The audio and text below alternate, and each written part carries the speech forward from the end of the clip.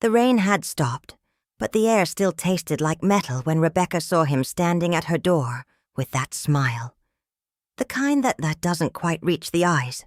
Daniel Carter, her neighbor from apartment 4B, held a large black suitcase upright beside him, his knuckles white against the handle as if he'd been gripping it for hours. She'd lived in this Denver building for 3 years and barely exchanged more than polite nods with him. Yet here he was at 7 p.m. on a Saturday, asking for help as if they were old friends. The hallway light flickered once, twice, casting shadows that made his face look older, more desperate. Something in her gut twisted, but she ignored it. After all, what harm could come from helping a neighbor carry luggage to his car? Daniel's voice had an edge to it, a tremor hidden beneath forced casualness as he explained his car was parked in the back alley and he'd thrown out his back that morning. The suitcase looked expensive, leather trimmed with brass corners, the kind someone would use for a long trip or something valuable. Rebecca noticed how he positioned himself between her and the luggage, as if protecting it from her gaze. When she reached for one end, she felt the weight. Heavier than she expected, shifting oddly inside, as if the contents weren't packed properly. A faint smell emanated from it. Something chemical mixed with something else she couldn't identify. Something that made her nostrils flare involuntarily. They descended the back stairs in silence, their footsteps echoing against concrete walls covered in years of grime and forgotten graffiti.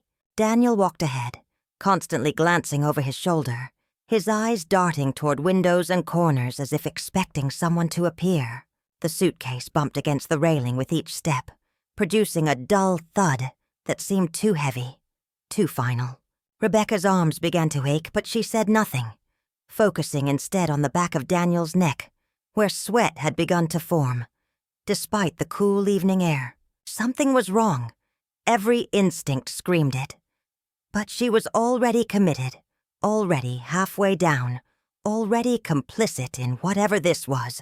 The alley behind the building smelled of rotting garbage and wet asphalt, illuminated only by a single buzzing streetlight that cast everything in sickly yellow. Daniel's car, a dark sedan she'd never noticed before, sat at the far end with its trunk already open like a waiting mouth. He moved quickly now, almost frantically, hoisting his end of the suitcase with renewed strength that contradicted his earlier claim of injury. Rebecca helped him slide it into the trunk, noting how carefully he arranged it, adjusting it 3 times until satisfied with its position. Then he slammed the trunk shut with more force than necessary, the sound reverberating through the empty alley like a gunshot. When Daniel turned to thank her, his smile had changed. Wider now, but colder. The gratitude in his words not matching the calculation in his eyes. He pressed a $20 bill into her hand before she could refuse, his fingers lingering a moment too long against her palm. Then he was in his car, engine roaring to life, taillights disappearing into the Denver night before Rebecca could even process what had just happened. Standing alone in that alley, still holding the crumpled bill, she felt the first drops of rain begin again. That smell from the suitcase lingered in her nostrils, and she realized with creeping dread that she'd recognize it anywhere now. The scent of something ending, something being hidden, something that shouldn't be carried in luggage at all. Sunday morning arrived with the kind of brightness that makes Saturday night feel like a distant nightmare. The kind you convince yourself never really happened. Rebecca stood in her kitchen making coffee, trying to shake the unease that had followed her into sleep and greeted her upon waking. The $20 bill sat on her counter, accusatory in its mundane presence, proof that she hadn't imagined Daniel's strange request. She told herself she was being paranoid, that neighbors helped neighbors, that a heavy suitcase and an odd smell didn't mean anything sinister. But her hands shook slightly as she poured the coffee, and she couldn't stop replaying the weight of that luggage, the desperation in Daniel's movements, the way he'd fled the alley as if being chased by something invisible. The knock came at 10:47 a.m., sharp and official, the kind of knock that announces authority before the door even opens. 2 detectives stood in her hallway, Badges already displayed, their faces wearing the practiced neutrality of people who have seen too much. Detective Sarah Chen, Asian American with eyes that missed nothing, introduced herself and her partner, Detective Marcus Rivera, a tall black man whose presence filled the doorway. They asked if they could come in, but it wasn't really a question, and Rebecca's heart began hammering against her ribs. She stepped aside, mouth dry, mind racing through every possible reason police would be at her door, though somewhere deep down she already knew it had to do with Saturday night. Detective Chen pulled out a photograph from her jacket pocket, the motion deliberate and slow, giving Rebecca time to prepare for whatever she was about to see. The woman in the picture was beautiful, early 30s with auburn hair and green eyes that seemed to look directly through the camera. Her name was Melissa Warner, and she'd been missing since Saturday evening, last seen leaving her office building in downtown Denver at approximately 6:30 p.m.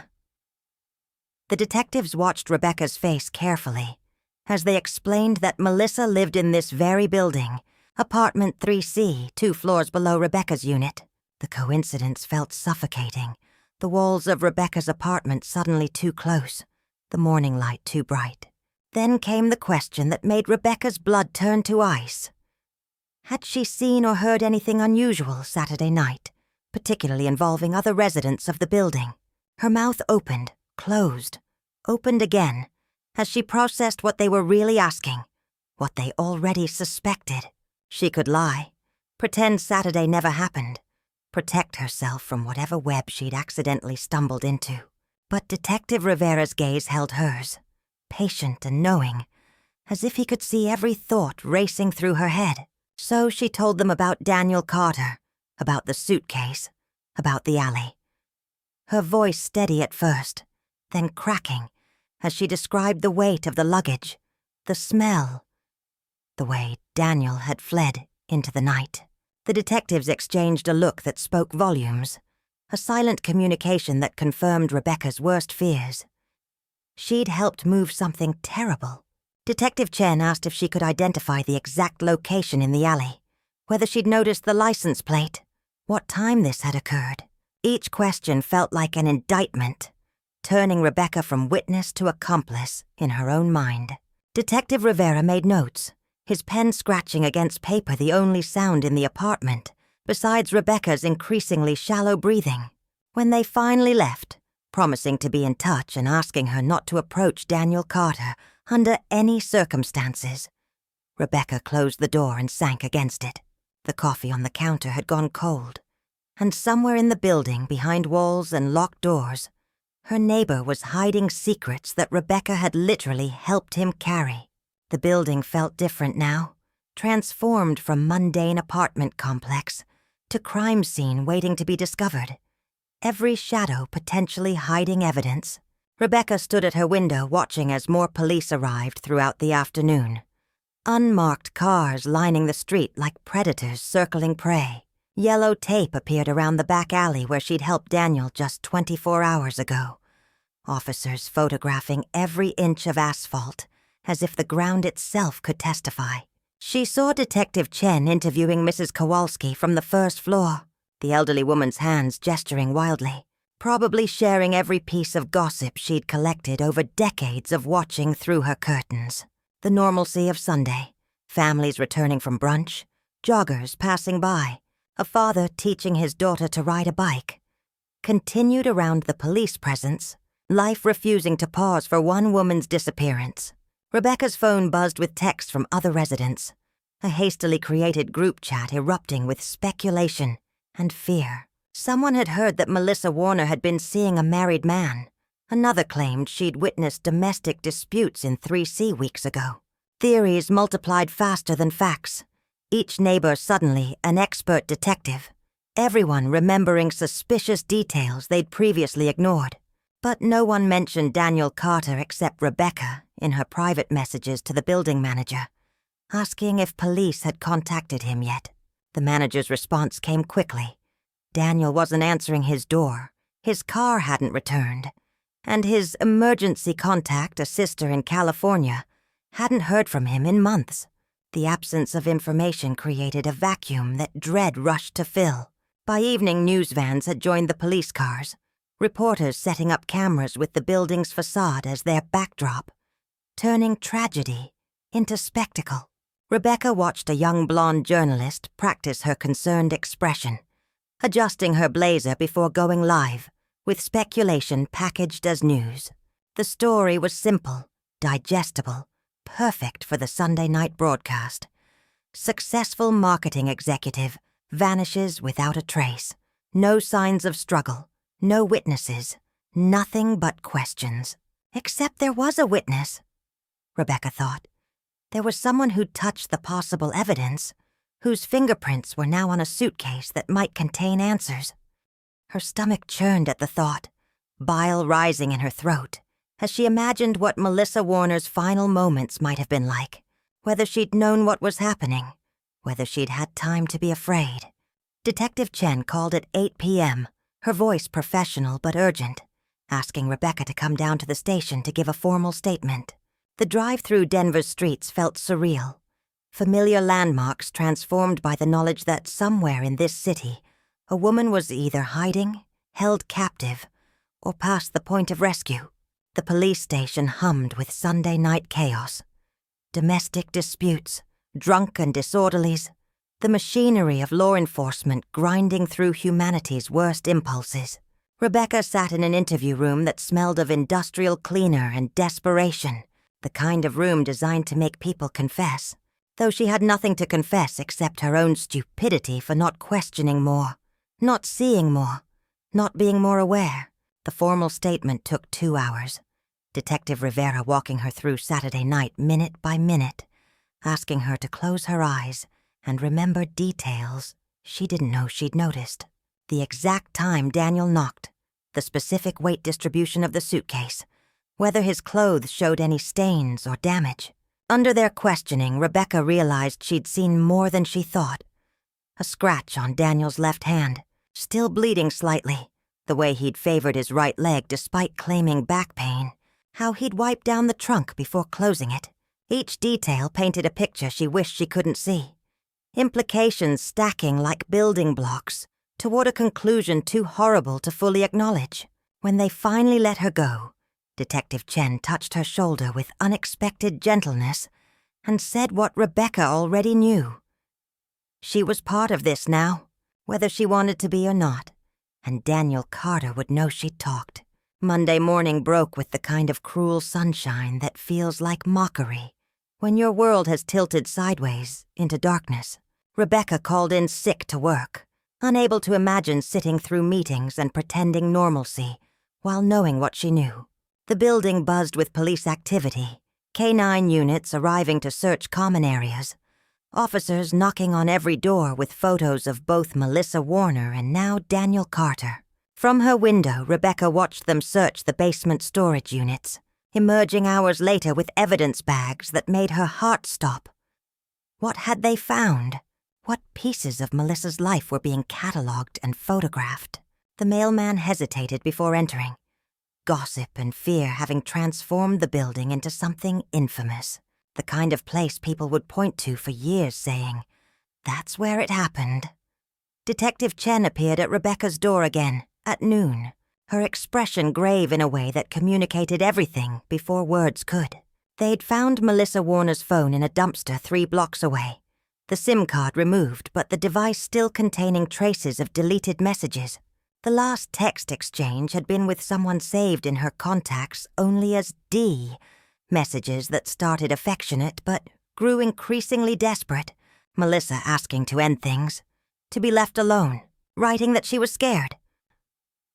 The timeline placed these messages at 6:15 p.m. Saturday, just 15 minutes before Daniel appeared at Rebecca's door with his terrible request. The connection was obvious, damning.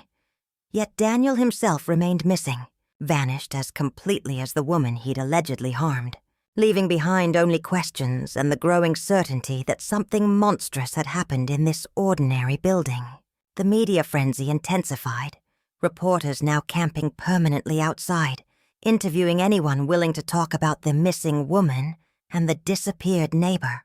Rebecca watched from behind closed blinds as Mrs. Kowalski told a camera crew that she'd always known Daniel was strange, that he kept odd hours and rarely smiled.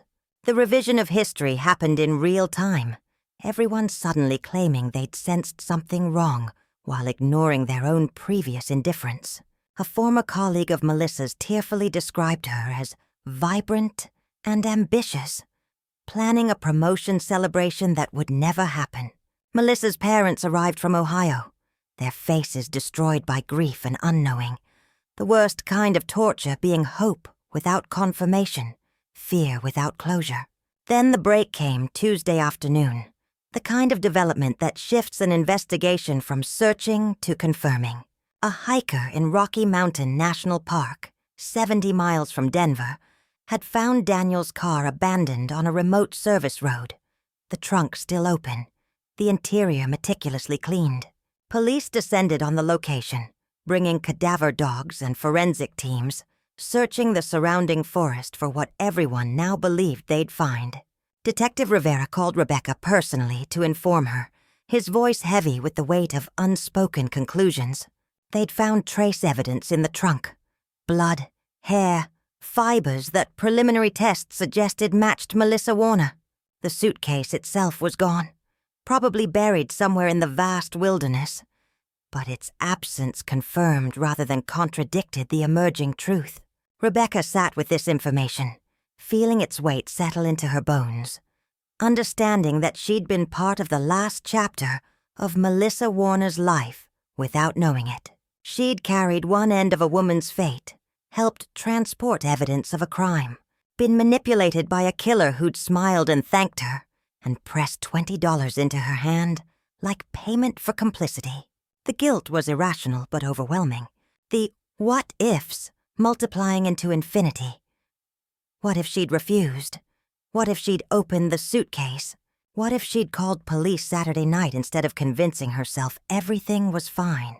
But the hardest question was the one Detective Chen had asked her during a follow-up call. Did Daniel choose her specifically? Or was Rebecca simply convenient, simply there, simply the kind of person who helps when asked without questioning too deeply the cost of that kindness? Wednesday brought the discovery everyone had been dreading but expecting, the moment when missing person becomes confirmed victim, when hope dies officially. Hikers found the suitcase buried shallow in a ravine, animals having disturbed the earth enough to expose its corner. Rebecca learned about it from the news like everyone else, watching Detective Chen give a press conference with Melissa's parents, standing behind her, their faces masks of agony. The body inside had been identified through dental records. Melissa Warner, 32 years old, dead from blunt force trauma to the head. Her life ended with violence in what police believed was a confrontation in her own apartment Saturday evening. The suitcase had been her own, a detail that made everything worse. The idea that Daniel had used her belongings to dispose of her, that he'd planned enough to think about logistics. The building became a memorial, flowers and candles appearing outside Melissa's apartment door, strangers leaving notes for a woman they'd never met. Rebecca contributed a white lily, unable to find words adequate for her complicated grief. Sorrow for Melissa, guilt for her own unwitting participation, rage at Daniel for using her humanity as a tool. The police had released a timeline now, piecing together Saturday evening with witness statements and security footage from nearby buildings. Melissa had arrived home at 6:45 p.m. Daniel had been seen entering her apartment at 7:00 p.m., and by 7:30 p.m. he was knocking on Rebecca's door with his desperate smile and his terrible cargo. 30 minutes. That's how long it took for a life to end and a cover-up to begin. How quickly everything can change. How fast murder can become just another task to complete. The manhunt for Daniel Carter intensified into something national, his face appearing on news broadcasts across the country, with warnings not to approach.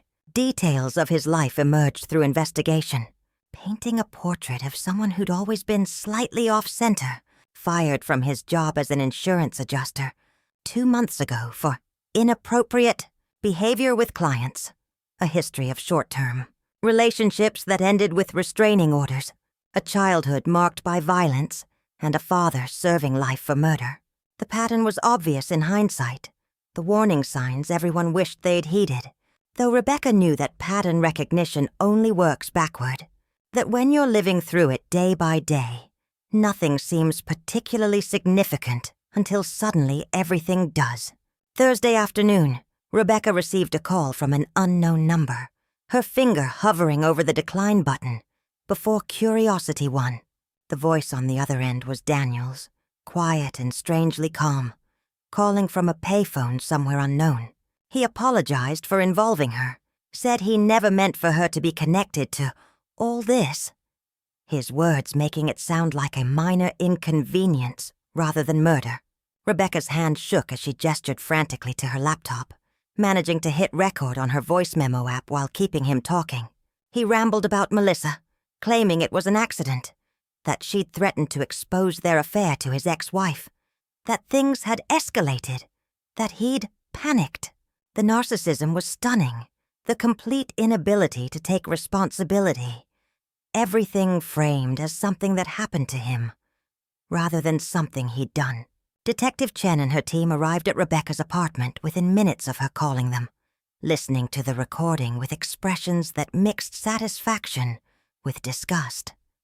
The call had lasted 7 minutes, Daniel's voice becoming increasingly agitated as he described his betrayal and abandonment by the world that had forced him to this point. Tech teams worked to trace the call, triangulating cell towers to narrow down his location, while Rebecca sat wrapped in a blanket despite the warm apartment, shaking from adrenaline and delayed shock. The recording was evidence, damning and clear. Daniel's own words constructing his guilt more effectively than any prosecutor could. But recordings don't catch killers. They only prove what happened after the catching is done. And somewhere out there, Daniel Carter was still free, still dangerous, still capable of deciding that if he was going down, he wouldn't go down alone. Friday evening brought the end. Not with a bang, but with a whimper of inevitability. The way these things often conclude when there's nowhere left to run. Daniel Carter was found in a motel outside Grand Junction, registered under a fake name but recognized by a desk clerk who'd seen too many true crime shows to miss the obvious fugitive signs. Police surrounded the building, SWAT teams positioning themselves while negotiators tried to make contact. But Daniel had already made his final decision. The gunshot came at 9:47 p.m., single and final. Daniel choosing his own ending rather than facing the justice system's slower grind. Rebecca heard about it from Detective Chen, who called personally to inform her it was over, that she was safe, that the monster who'd used her kindness as cover was no longer a threat to anyone. The relief was complicated, tangled with anger that Daniel had escaped true accountability, that Melissa's parents would never see him in court. The building began the slow process of healing. Though some scars never fully close, some stains never fully wash away. For sale signs appeared on multiple doors, residents unable to stay in a place where murder had walked the hallways, asking for help with luggage. Rebecca stayed, stubbornness or processing or simply nowhere else to go. But she had new locks installed, a security camera for her door, and a policy of never helping anyone with anything without understanding exactly what she's agreeing to. Trust had become something foreign, every request now filtered through suspicion, the price of having been deceived so fundamentally. Melissa Warner's funeral happened on a Tuesday, the kind of bright autumn day that feels wrong for burial, sunshine mocking the darkness of grief. Rebecca attended, standing in the back of the church, unsure if her presence would comfort or disturb the family, who'd lost everything. Melissa's mother found her afterward, gripping Rebecca's hands with fierce intensity, thanking her for talking to police, for making the recording, for being the reason they at least had answers, even if those answers were unbearable. The gratitude felt undeserved. Rebecca still unable to forgive herself for carrying that suitcase, but she accepted it anyway, understanding that sometimes we take what we can get. that closure's never clean or complete or satisfying. The weeks passed into months. Denver winter covering everything in snow that made the city look clean and new. Though beneath the surface, nothing really changes. Rebecca saw Detective Chen occasionally at the coffee shop near the station. Both women nodding with the understanding of shared trauma, the bond created by witnessing human evil up close. The building returned to normalcy slowly. New residents moving into 4B and 3C. People who didn't know the history, for whom these were just apartments rather than crime scenes. Rebecca never told them what had happened, letting them discover the building's past through internet searches or neighbor gossip, unable to be the one to shatter their sense of safety, the way hers had been shattered.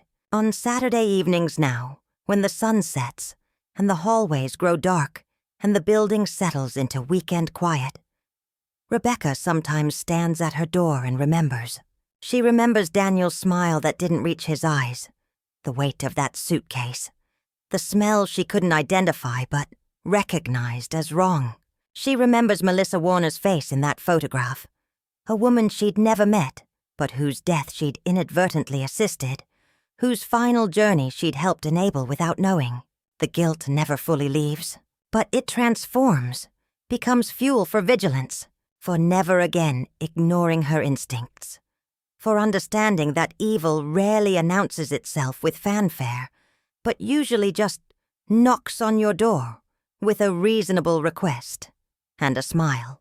And every time someone new moves in, every time the building buzzes with unfamiliar presence, Rebecca remains alert, forever changed, forever the woman who helped her neighbor with a suitcase on Saturday and found out what was inside on Sunday.